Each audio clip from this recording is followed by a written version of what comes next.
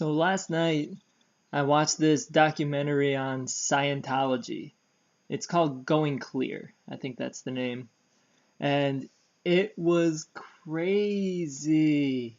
It really highlights how someone can hack into the vulnerabilities of the human psyche. Scientology was started by this guy named L. Ron Hubbard, and he was a science fiction writer. He's a sci-fi writer, and I think he holds the Guinness Book of World Records for most books written. It's like over 1,000, some crazy number like that. And this guy, he was hanging out with Aleister Crowley back in the day, and that's Aleister Crowley's the famous Satanist. So the guy who started Scientology was hanging out in some satanic circles before he started it, so that makes me a bit skeptical to start out with. And it's just crazy how the whole system of it was set up. And like, first of all, it was based upon like progressing to different levels, and you would have to pay more money for the next level.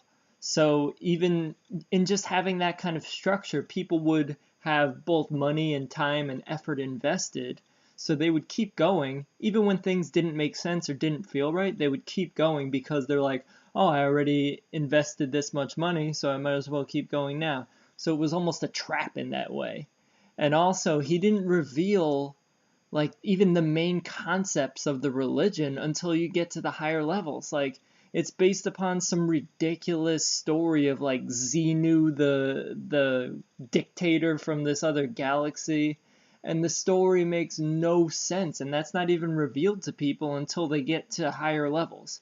So it's the kind of story that if he told you it in the beginning, you'd be like, this dude's crazy and I'm not joining this. But it's set up like a trap.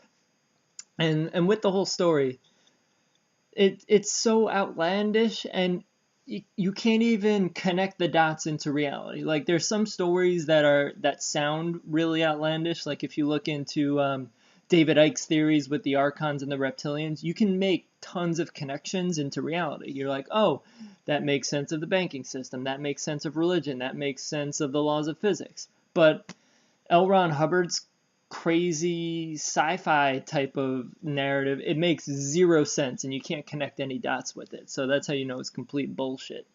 And and then the other thing that they used, it was almost like a confession type of thing, like they use in Christianity. But well, this is how they exploit human consciousness. Like, it feels good to express yourself. Like, if I have something that's troubling me, it feels good to get that out. So Scientology really exploits this in these sessions that they do. And they have people make these confessions, but everything is meticulously documented as well. So that's a part of it. Everything you say, your deepest, darkest secrets, are all documented. And on top of that, they kind of implant fears into you. So if they're scared that you might leave, they'll implant fears that you're thinking of creating some egregious act against the Church of Scientology. And then you're so brainwashed, mind-controlled, and delusional at that point that you'll get to the point where you'll admit to doing something that didn't even exist in the first place. Like, oh yeah, I was thinking about leaving and doing this bad thing. Like, they really implant people with these beliefs, and they use the power of suggestion to do that when these people are in vulnerable states. So it's, again, taking something that's a truth, like expressing how you feel, and really inverting it and manipulating it to really control people through fear. It's really fucked up in that sense. Really. So yeah, it really shows how you can exploit people by like hacking into the software of the human brain. Like, we're all looking for something to believe in, and we all want to have faith in something, and he really took advantage of that, as some religions tend to do. But this is like the pinnacle example of it. Like, this is what happens when you take the cultish brainwashing as far as you can get. And another point I want to make is forcing a story upon people.